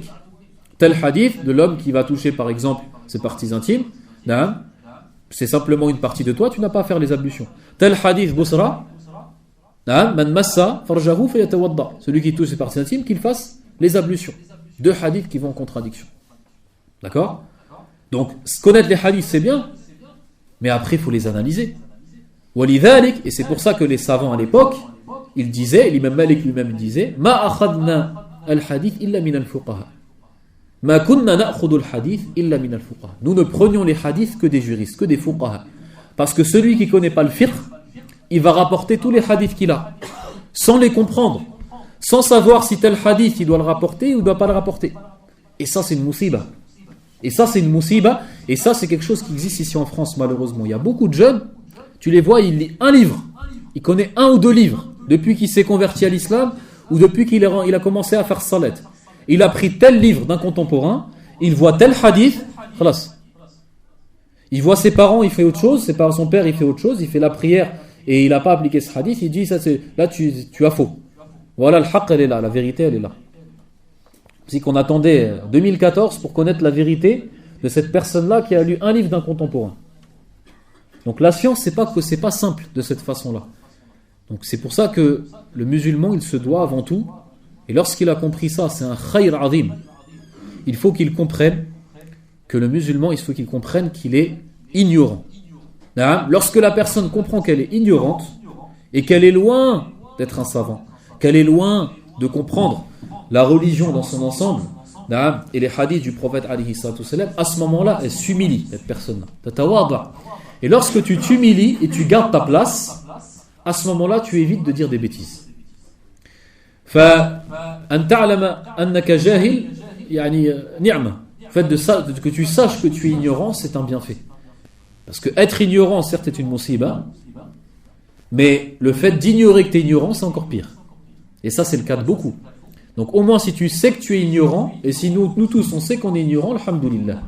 Au moins, il y a une musiba, mais il y a une ni'ma. Donc ça, c'est quelque chose d'important. L'imam Malik, alayhi rahmatullah, sachez que de tous les hadiths qu'il a entendus à Médine, il n'a rapporté que le tiers ou le quart, comme il était dit. C'est-à-dire que les 3/4 ou les 2/3 de ces hadiths qu'il connaissait, il n'en a parlé à personne. Et lorsqu'il est mort, et ils sont rentrés chez lui, ils ont trouvé des coffrets de livres, plein de livres, où il y avait plein de hadiths dedans, il n'en a jamais parlé, il n'est jamais cité. Et c'est à ce moment-là qu'ils ont compris que l'imam Malik, ce qu'il faisait, c'était sincère, il le faisait pour Allah Azza wa Jal. Parce que quelqu'un qui ne fait pas les choses pour Allah, il a un hadith, il le dit. Comme ça, les gens ils vont dire, lui, il connaît plein de hadiths, mashallah, c'est un mémorisateur, il connaît plein de hadiths, on va prendre la science. Non. L'imam Malik, il en connaissait plein des hadiths de son cheikh Ibn Shihab az-Zuhri. Pourquoi il les a pas cités? Quand on lui a posé la question, il a dit Lam yakun alayha al-amal. C'est-à-dire que les savants de Médine n'appliquaient pas ce hadith. Il n'y avait pas amalu ahli al-Madina qui correspondait à ces hadiths-là, donc il ne les a pas cités. Et c'est la même chose que faisait Omar ibn Abdel Aziz. Omar ibn Abdel Aziz, lorsqu'il est allé voir les savants de Médine, il leur a dit citez-moi les hadiths allati tuwafiqu al-amal. Ay amal ahli al-Madina. Citez-moi les hadiths qui correspondent à amalu ahli al-Madina. Amalu ahli al-Madina, c'est-à-dire les faits et les actes des savants de Médine et le consensus des savants de Médine à l'époque de l'imam Malik. Ça veut dire par exemple, l'imam Malik, il voyait ses professeurs, tous ses professeurs, et tous les savants de Médine à cette époque, il y en avait des centaines et des centaines, qui faisaient telle chose. D'accord ? Et il y a tel hadith qui dit le contraire. Et ce hadith-là qui dit le contraire, c'est un hadith ahad. Ahad, ça veut dire que dans la chaîne de transmission, il y a peu de gens qui ont rapporté. Par exemple, il y a une personne qui a rapporté de 2 personnes, qui a rapporté de 3 personnes. C'est pas des centaines qui ont rapporté de centaines, qui ont rapporté de centaines. Donc ce genre de hadith et ce genre de chaîne de transmission, il y a un pourcentage de doute. Même si les gens des chaînes de transmission sont des gens qui sont pieux, sont des gens ci, sont des gens ça, mais il y a un pourcentage de doute. Et donc ça, tu ne peux pas le faire passer devant quoi ? Devant ce qu'on appelle Amalu Ahlil Madina, qui est le consensus des savants de Médine à l'époque de l'imam Malik. Et c'est ça ce que voyait l'imam Malik. Il disait, le consensus des savants de Médine à mon époque, parmi ses professeurs, je le fais placer devant le hadith ahad. Je le fais passer devant. Pourquoi ? Parce que si les professeurs de l'imam Malik, c'est qui les professeurs de l'imam Malik ? C'est qui ? C'est les successeurs des compagnons. D'accord ? C'est les successeurs des compagnons. C'est les élèves directs des awlad sahaba, des enfants des compagnons. C'est les petits-fils des compagnons. Ça veut dire qu'ils ont hérité ça de leurs grands-parents, qui sont les sahaba, directement. Et c'est resté à Médine. Ça veut dire des milliers de personnes qui reproduisent, comme le font les gens dans leur pays. Toi, tu vois ton père, il fait la prière de telle façon, tu vas faire la prière comme ton père. Et lui, il a fait la prière comme son père. Hein? Sauf que c'était tous des savants à l'époque. C'est pas quelqu'un, il a suivi quelqu'un d'autre dans le khata, dans l'erreur. C'est pas possible. Là, c'est tous des savants. Et ils reproduisent comment ils ont vu leur père. Et leur père, c'est les enfants des compagnons du prophète. Et ils sont en grand nombre. Et ces gens-là, les enfants du compagnon du prophète, ils ont recopié ce que les sahabes faisaient à Médine. Donc automatiquement, ça c'est une chaîne de transmission qui est beaucoup plus forte qu'une chaîne de transmission où il va y avoir 1 ou 2 ou 3 personnes qui ont rapporté le hadith. Donc il y a beaucoup de gens qui ne comprennent pas ce asl-là, ce fondement parmi les fondements du madhab maliki, et c'est un fondement qui est très important parce que par rapport à ça, tu vas voir beaucoup de divergences. Mathalan, l'imam Malik dans le Muwatta, il dit كما قال ولقد أدركت علماء المدينة et j'ai certes vu les savants de Médine tous qui jeûnaient يصومون هذا اليوم ويتحرون صيامه, qui jeûnaient ce jour du vendredi, et même plus que ça, c'est pas simplement ils le jeûnaient comme ça, ils faisaient exprès de jeûner le jour du vendredi. Il te cite le ijma', le consensus des savants de Médine qui vient à l'encontre du hadith et qui passe devant le hadith auprès de l'imam Malik alayhi rahmatullah. Donc comme vous voyez, la science c'est pas aussi simple de dire oui, on a le kitab ou sunna, on a le Coran et la sunna et c'est bon, on prend tel hadith, on prend tel verset et on comprend la religion. Non, ce n'est pas comme ça. Et c'est pour cette raison qu'on se doit en tant que musulman, très loin de la science, très loin de l'époque prophétique et de cette époque de science, on se doit de choisir et on se doit de suivre une école, une des 4 écoles juridiques, l'école d'Abu Hanifa ou l'école de l'imam Malik ou l'école de l'imam Shafi'i ou l'école de l'imam Ahmad. Naam. Certes, il y a une divergence entre les savants min al-usulin, est-ce que c'est obligatoire de suivre une école? Mais moi, je ne vais même pas rentrer dans cette question, est-ce que c'est obligatoire ou pas? Je dis que c'est une question de vie. C'est-à-dire une question de vie ou de mort dans ta religion. Si tu ne suis pas une des 4 écoles, tu es mort. Tu vas être égaré. Tu vas vouloir comprendre ta religion par 2 ou 3 hadiths. Naam. Et t'inquiète pas, si tu penses sortir de le fait de suivre une des 4 écoles, eh ben en réalité tu vas suivre quelqu'un d'autre. Tu vas suivre un savant, sauf que ce savant, ce sera un savant contemporain. Alors que nous, on va suivre l'imam Malik, par exemple. Donc à al-kulli hal, dans tous les cas, tu vas suivre. Ce qu'on appelle le taqlid. Dans tous les cas, tu vas suivre. Tu es obligé de suivre. Parce que si tu ne suis pas, ça veut dire que tu es dans la capacité et la possibilité de comprendre le Coran et les hadiths du prophète de toi-même. C'est possible ça? Toi tu peux ouvrir le Coran et ouvrir Sahih al-Bukhari, Sahih Muslim. Je te dis pas de comprendre avec la traduction ou alors de comprendre Maliki Yawmiddin, ça veut dire le roi du jugement dernier ou le roi du jour de la rétribution. Je te dis de pouvoir savoir si tel jugement c'est halal ou haram. De pouvoir savoir dans ta religion si tu as le droit de faire ci ou si tu as le droit de faire ça. Hein, de pouvoir savoir dans ta religion si quelqu'un il divorce sa femme 3 fois en une seule fois en disant tu es divorcé 3 fois, est-ce que son divorce il est valide ou pas?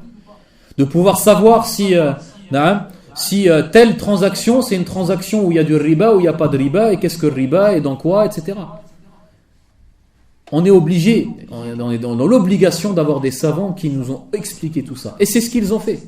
Que ce soit l'imam Abu Hanifa, que ce soit l'imam Malik, que ce soit l'imam Shafi'i Ahmed, ils nous ont expliqué cette religion. Et pas eux simplement, après leurs élèves, et les élèves de leurs élèves, et les élèves de leurs élèves de leurs élèves, pendant combien? Pendant 14 générations, 13 générations, 1300 ans, ils ont travaillé ces écoles juridiques. Ils ont travaillé ces madhhab. Pourquoi ils ont travaillé? Parce que plus tu t'éloignes de l'époque prophétique, plus il y a l'ignorance. Et plus tu es ignorant, plus tu comprends pas. Et comme tu comprends pas, il faut qu'on te simplifie les choses. Donc au cours des siècles, les savants, qu'est-ce qu'ils ont fait? Ils n'ont cessé d'expliquer et de clarifier et d'expliquer, et des charh, et le charh du charh, et la hashia du charh, etc. Explication de l'explication, et l'explication de l'explication de l'explication de tel livre. Et sur cette explication, on fait une hashia, et sur le hashia, on fait un tawdih, et après on fait... Pourquoi? Parce que plus on s'écarte de l'époque prophétique, plus on est ignorant. Et plus on est ignorant, plus on a besoin d'explications. Et c'est ce qu'ils ont fait les savants. Pendant des siècles et des siècles, ils nous ont expliqué, ils ont travaillé le madhab. D'accord? Le madhab qui est une école juridique. Pour nous. Et malheureusement, tu vois des gens maintenant, qu'est-ce qu'ils font? Et ben en fait, ils sont en train de dire bilisan il-hal, la bilisan il-maqal, sans le dire ouvertement, mais par ce qu'ils répandent, on va dire, comme fikr, comme pensée, c'est non. Moi, j'ai pas besoin de tout ce travail-là. Tout ce qu'ils ont fait ces imams, c'est bien. Moi, j'ai pas besoin de tout ça. Moi, je prends directement de la source. La source, c'est le prophète Mohammed sallallahu alayhi wa sallam et le Coran. Hada ishkal yani kabir. Donc ça, c'est quelque chose qu'il faut vraiment comprendre. Hein, qu'il faut vraiment comprendre. Donc, ou alors cette personne, elle a la capacité de comprendre directement, de prendre de la source. Donc, moi, je pense pas qu'il en existe actuellement sur Terre, de pouvoir comprendre le Coran et les hadiths tout seul, sans avoir besoin de la parole de aucun savant dans l'islam. Pour moi, il n'y en a pas encore, il n'y en a plus sur Terre. Ou alors, cette personne-là, elle a... Donc quelqu'un qui te dit ça, tu lui dis où ça? Ou alors toi, tu as la capacité de comprendre le Coran et la Sunna directement. Ou alors, s'il te dit non, il te dit, bah alors toi, dans ce cas-là, ou alors il te dit oui, j'ai la capacité, et dans ce cas-là, tu lui dis, ok, donc ça veut dire que tu devras faire le travail de 1300 ans de travail. Ça veut dire le travail des savants que les savants ont fait pendant 1300 ans. Ça, c'est dans une école. Donc si tu prends les 4 écoles, il lui faut combien? Il lui faut 1300 x 4. Ça lui fait 5000 ans de vie en tant que savant pour pouvoir comprendre les 4 écoles juridiques. Non mais on dit ça en réalité c'est vrai.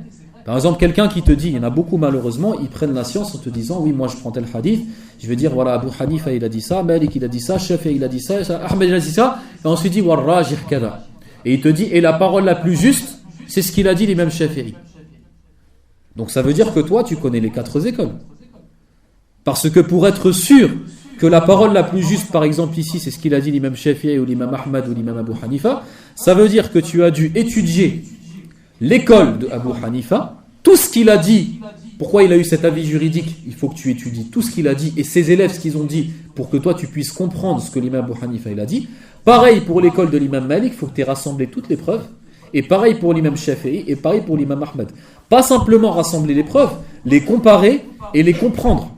Et pour comprendre une école juridique, un madhab, il faut une vie, pour la comprendre, simplement pour comprendre les fondements de cette école, les fondements de ses avis, etc.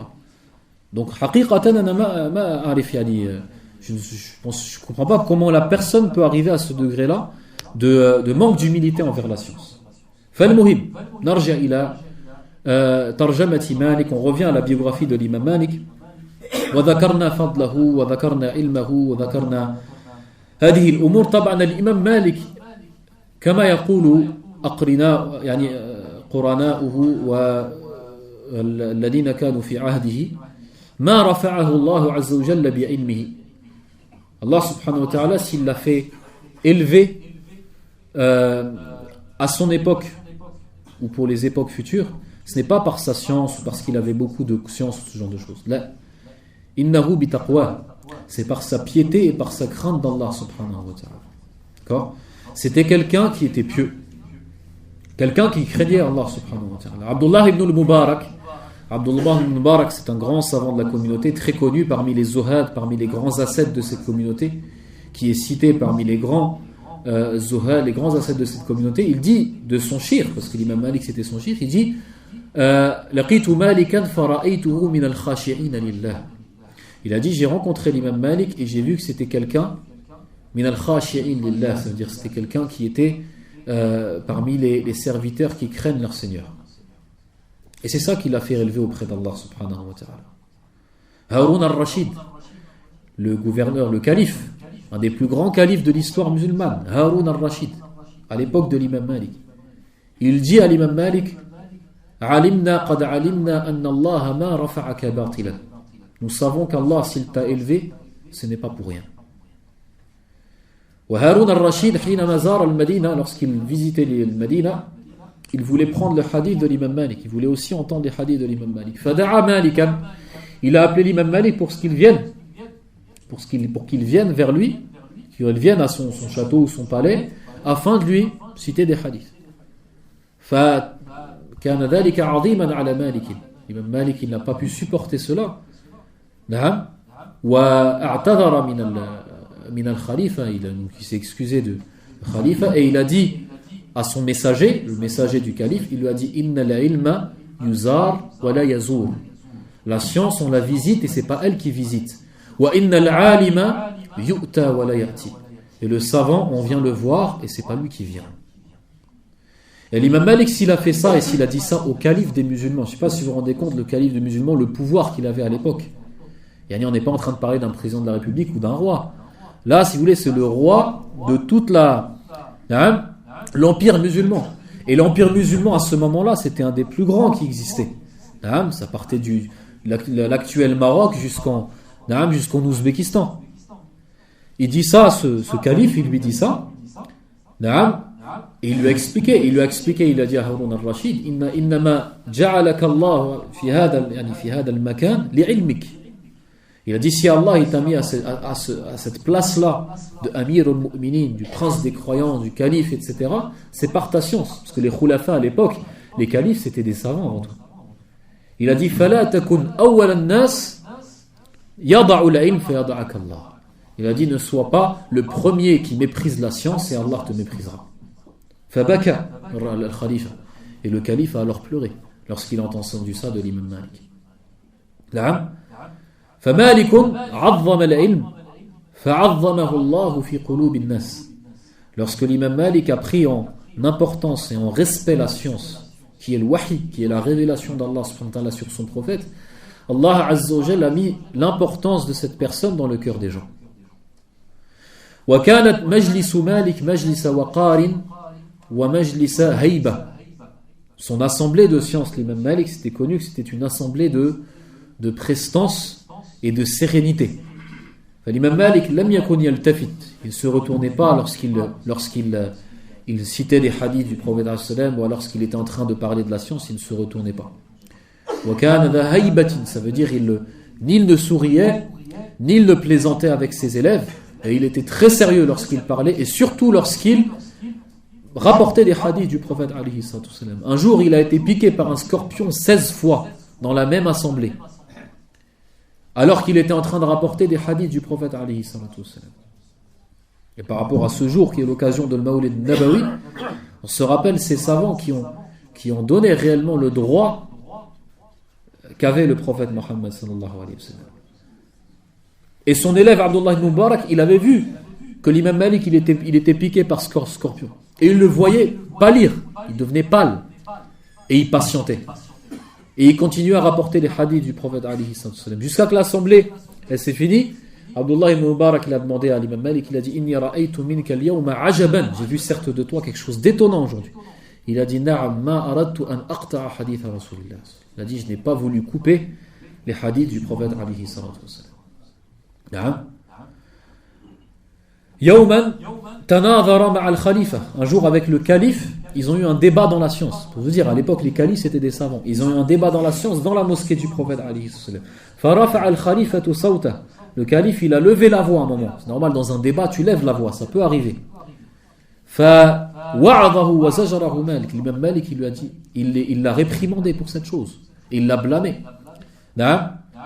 فقال مالك رحمة الله عليه إن الله أدب قوما فقال يا أيها الذين آمنوا لا ترفعوا أصواتكم فوق صوت النبي ومدح قوما فقال إن الذين يغضون أصواتهم عند رسول الله أولئك الذين امتحن الله قلوبهم للتقوى وذم قوما فقال إن الذين ينادونك من وراء الحجرات أكثرهم لا يعقلون وإن حرمته ميتا كحرمته حيا. L'imam Malik, il lui a cité que le respect du prophète que tu dois avoir envers le prophète lorsqu'il est mort, c'est le même respect que lorsqu'il est vivant. Et Allah Azza wa Jalla, il nous a interdit de lever la voix sur le prophète alayhi salatu wassalam. Khashyata an tahbata amaluk. Et que tes actions, elles peuvent devenir vaines si à l'époque du prophète, un compagnon levait la voix devant le prophète alayhi salatu wassalam, et il lui a dit c'est la même chose lorsqu'il est mort. Donc quelqu'un qui est dans la mosquée du prophète, et surtout lorsqu'il est devant la tombe du prophète, ou fait Rawda par exemple, etc., il ne faut pas qu'il lève la voix. Il ne faut pas qu'il lève la voix, adaban, ta'adduban. Et Omar ibn al-Khattab, kan yu'addibu an-nas ala hada. Omar ibn al-Khattab, il frappait les gens lorsqu'il voyait des gens qui parlaient fort dans la mosquée. Si c'était des gens de Médine, il les frappait. Naam. فالإمام مالك كان يعظم حديث رسول الله صلى الله عليه وسلم وكان كذلك يعظم أمر الفتوى. Les réponses aux questions religieuses, c'est ce qu'on appelle fatwa. L'imam Malik, il prenait ça en importance énorme. فكان يقول بعضهم لكأنما مالك والله إذا سئل عن مسألة كأنه بين الجنة والنار. كأنه بين الجنة والنار. Certains ils disaient parmi ses élèves, Wallahi, on voyait Malik lorsqu'on quelqu'un lui posait une question dans la religion comme si qu'il était entre le paradis et l'enfer. Et réellement le mufti, c'est comme si qu'il est entre le paradis et l'enfer. Parce que s'il répond avec science et avec crainte d'Allah subhanahu wa ta'ala, Inch'Allah il est au paradis. Par contre s'il répond ne serait-ce qu'avec un peu d'ignorance ou alors avec un doute, فهو في النار. نعم. ومالك عليه رحمة الله كان يسأل المسائل الكثيرة. On lui posait plein de questions dans la jurisprudence. Et il avait l'habitude souvent de dire, de baisser la tête et de dire La hawla qul ma sha Allah la quwwata illa billah wa ma sha Allah la hawla wa la quwwata illa billah. Il disait cela souvent avant de répondre aux questions religieuses. Quelquefois on pouvait lui questionner par 50 questions, il ne répondait pas. Il disait à chaque fois la adri, la adri, la adri, la adri, 50 fois, imagine-toi. Qu'est-ce que tu dis d'une personne qui dit la adri? Quelqu'un, un savant, pendant 50 fois, il te dit la adri. Tu dis, c'est pas un savant. C'est pas un savant. C'est ça, même les élèves de l'imam Malik, quelquefois, des gens, ils posaient la question à l'imam Malik et ils répondaient pas. Ils disaient, Wallah, si on était à la place de l'imam Malik, on aurait répondu. Ça veut dire, ils savaient que l'imam Malik, il connaissait la réponse. Mais par crainte, et parce qu'il avait peut-être ne serait-ce qu'un seul doute, il ne répondait pas à la question. Naam. Et un jour, il y a quelqu'un qui est venu de très loin, d'une contrée. Il a été envoyé par les gens de sa ville et de sa contrée pour poser les questions à l'imam Malik. Il lui a posé 48 questions. L'imam Malik, il en a répondu à 12. Et les 36 autres, il a dit la adri. Il a dit, comment ça? Moi, je suis venu de telle contrée. On m'a envoyé, qu'est-ce que je vais leur dire? Il m'a envoyé avec 48 questions, qu'est-ce que je vais leur dire? Il a dit, retourne dans ta ville, retourne dans ton contrée et dis-leur, Innal imam Malik qala la adri. Reviens dans ton pays et dis-leur que l'imam Malik, il a dit, je ne sais pas. Et c'est pour ça que l'imam Malik, il l'enseignait à ses élèves, et c'est quelque chose que le savant doit enseigner à ses élèves tout le temps, la adri, je ne sais pas. Et il avait pris ça de ses professeurs. Comme on a dit, l'éducation que l'imam Malik a donnée à ses élèves, c'est l'éducation qu'il a pris. C'est l'éducation qu'il a pris. Et comme certains disent, l'imam Malik, c'est comme un entonnoir. C'est un entonnoir, ça veut dire quoi? Ça veut dire qu'ils disent que Zayd ibn Thabit, un des plus grands compagnons, des plus grands savants des compagnons du prophète qui était à Médine, il avait plein d'élèves. Et parmi ces élèves, il y en avait 21 qui avaient rassemblé la science de Zayd ibn Thabit. Et parmi eux, les 7 juristes, al-fuqaha as-sab'a. Les 7 juristes, c'est, pour la plupart, c'est des enfants des sahaba. C'est des enfants des compagnons, pour tous, ou pour la plupart. Salim ibn Abdullah ibn Umar, Al-Qasim ibn Muhammad ibn Abi Bakr, Al-Kharijat ibn Zayd, les 7 juristes de Médine, très connus. Et d'autres. Et ces 21-là, leur science a été rassemblée par 3 hommes qui sont les professeurs de l'imam Malik. C'est Ibn Shihab al-Zuhri, Bukayr ibn Abdullah al-Ashaj ou Abu Zinad. Et ces 3-là, leur science a été rassemblée par l'imam Malik. C'est pour ça qu'ils disent que l'imam Malik c'est comme un entonnoir, c'est-à-dire qu'il a rassemblé en réalité la science et le résumé de la science des savants de Médine. D'accord ? Et donc, l'imam Malik alayhi rahmatullah, annahu kana shadidan fil fatwa. Et il rapportait ça de ses ulama. Donc par exemple de son Cheikh Ibn Hurmuz, il disait ينبغي للعالم ابن عجلان il disait ينبغي للعالم أن يورث جلساءه قول لا أدري ليكون ذلك أصلا في أيديهم يفزعون إليه عفوا. Il disait, l'un des professeurs de l'imam Malik, il faut que le savant fasse hériter à ses élèves cette parole qui est je ne sais pas, afin que ce soit pour eux une base et qu'ils puissent revenir à cette base et fuir vers cette base à chaque moment où ils sont là dans un danger. Parce que c'est un danger. Lorsque tu poses une question à un savant, sache que tu l'as mis dans un danger qui est immense. Et donc la première des choses, comme l'imam Malik il disait, fahriz nafsak, protège-toi toi déjà. Sois sûr que tu ne vas pas répondre par ignorance ou par vitesse. C'est pour ça qu'il est interdit de poser une question religieuse, par exemple, alors que tu sais que le shir, par exemple, il a faim, ou alors il a froid, ou alors il est fatigué. Ça, c'est une adabil fatwa. Tu n'as pas le droit de poser une question religieuse à quelqu'un qui est dans cet état. Parce qu'il se peut qu'il va répondre, alors qu'il n'est pas en bon état, il va mal répondre. Et là, on est en train de parler de din, on est en train de parler de religion, on est en train de parler de cette wahi, de révélation d'Allah subhanahu wa ta'ala. Ce n'est pas des choses dans lesquelles on s'amuse, et ce n'est pas un jeu. Innahu laqawlun fasl wa ma huwa bil hazl. Ce n'est pas une plaisanterie. Inna sanulqi alayka qawlan thaqila. Une parole lourde. C'est ce qu'Allah azza wa jalla a dit à son prophète. Nous allons nulqi alayka, faire descendre sur toi quoi ? Une parole lourde. Qawlan thaqil. Donc al-ilm kulluhu thaqil. La science c'est quelque chose de lourd, quelque chose qui est lourd en conséquence. D'accord ? Al-wahi, la révélation qui est le Coran, c'est quelque chose qui est lourd en conséquence. Les gens ils vont aller au paradis ou en enfer par rapport au Coran. Ça ou là. Le halal ou le haram, c'est quelque chose de azim indallah. Parce que le halal, là tu vas au paradis si tu fais du haram, c'est des péchés, tu iras en enfer. C'est quelque chose qui est lourd aux conséquences. Une fatwa, une question religieuse, une fatwa d'un savant, ça peut te renverser un pays. Ça peut renverser un pays. Une fatwa, un savant il peut être tué pour une fatwa. Et c'est arrivé. Ça. Donc le fatwa c'est quelque chose de azim jiddan. Et l'ilm, c'est quelque chose de thaqil, c'est quelque chose de lourd. Donc il y a beaucoup de gens, quelquefois, ils disent oui, moi je vais te poser une petite question. Il n'y a pas de petites questions en religion, ça n'existe pas les petites questions. Il n'y a que des grosses questions. Même, oui, est-ce que j'ai plus mes ablutions ? Eh bien, c'est une grosse question. Pourquoi ? Parce qu'il y a du halal et du haram en jeu. Et le halal et le haram, c'est pas du tout en jeu. Et c'est loin de l'être. Et le fait de dire haram, c'est quelque chose de azim. Les grands savants à l'époque, l'imam Malik et d'autres, c'est rare qu'ils disaient haram. Ouvrez les livres, disent, est-ce que tu dis haram, haram ? Non, tu vois tous les gens qui disent partout haram, haram, haram, haram. Non, ils disaient akrahu kada, je déconseille ça, je déconseille ça. Ils disaient pas haram. De peur de rentrer dans le verset,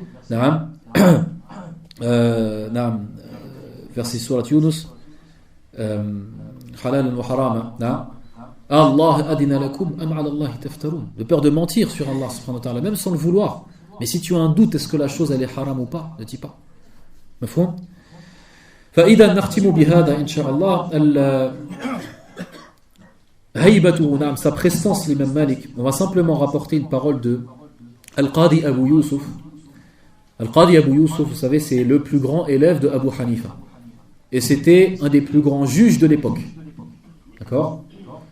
Selon le madhab qui était sur l'école juridique de Abu Hanifa rahmatullah alayhi. Le Qadi Abu Yusuf, il a vu l'imam Malik. D'accord ? Il a assisté aux assemblées de l'imam Malik. Et en tant que grand juge, il accompagnait souvent les khulafa, les califes. فقال جلست بين يدي الهادي والمهدي والرشيد. Al-Hadi, Al-Mahdi et Al-Rashid. 3 des plus grands califes de l'époque et de l'islam en général. Je me suis assis devant eux. فما وجدت الهيبة التي وجدتها عند مالك. Je n'ai pas trouvé la peur que j'ai trouvée lorsque j'étais devant l'imam Malik. Pourtant l'imam Malik il n'avait pas d'armes, il n'avait pas d'armée derrière lui, mais il a trouvé une peur dans son cœur. Qu'est-ce que c'est que cette peur? قال العلماء الهيبة من ثمرات التقوى. Al-Hayba, ce qu'on peut appeler, on peut traduire, on va dire, par la prestance. Mais c'est pas la prestance de quelqu'un qui sait bien parler, on n'en parle pas de ça. On parle de prestance, c'est-à-dire que toi, lorsque tu vois quelqu'un, tu le connais pas, mais tu as peur de lui. Tu as peur de lui, pourtant, c'est pas qu'il est fort, c'est pas que mais tu as peur de lui. Les savants, ils disent ça, si c'est quelqu'un qui n'est pas, c'est pas un chéri, c'est pas quelqu'un qui fait du mal, mais tu as peur de lui, ça veut dire que c'est quelqu'un de pieux. C'est parmi les signes de piété. C'est que tu vas avoir une peur dans ton cœur. Pourquoi? C'est parce que cette personne-là, lorsqu'elle a eu peur d'Allah Azza wa Jal, les gens, ils ont eu peur de lui. Lorsqu'Allah subhanahu wa ta'ala, il voit en toi que tu as la peur d'Allah subhanahu wa ta'ala, les gens, ils vont retrouver dans leur cœur la peur de cette personne-là. Comme Omar ibn al-Khattab, par exemple. Les gens, ils avaient peur de Omar. Pourquoi ils avaient peur de Omar? Parce que Omar, il avait peur d'Allah Azza wa Jal. D'accord? وَالْجَزَاءُ مِنْ جِنْسِ الْعَمَلِ فَلِذَلِكَ كَانَ يَقول ابن سحنون ما كنا نظن ذلك إلا لشيء بين مالك وبين الله. Il disait, Ibn Sahnoun, nous ne pensions cela, c'est-à-dire de l'imam Malik par rapport à ce qu'il a dit Abu Yusuf, que d'une chose qu'il y avait entre l'imam Malik et entre Allah subhanahu wa ta'ala. C'est-à-dire une sarira.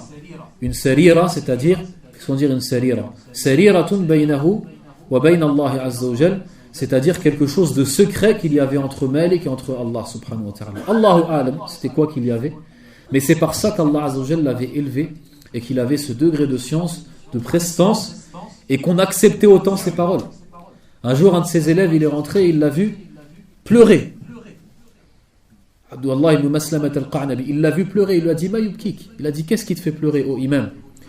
Il a dit, Wa mali la abki. Il a dit, pourquoi je ne pleurerai pas? La atakallamu bi kalima illa kutibat bil aqlami wa nuqilat ila al-afaq. Il a dit, je ne parle pas d'une seule parole sans qu'elle soit écrite et qu'elle soit répandue dans les différents territoires de l'Empire musulman. Parce que à son époque, personne n'avait trouvé un savant aussi savant que lui. Et dans toutes les contrées musulmanes, les gens savaient qu'il n'y avait pas plus savant que lui. فكان ذلك وقت الصلاة. طيب أنا أنتهي إن شاء الله. فإن شاء الله على كل حال وصلنا إلى ما أردنا فيما يتعلق بحياة مالك رحمة الله عليه. كان بقي لنا بعض الأمور لكن سنتركه إن شاء الله فيما بعد. كان بقي وقت.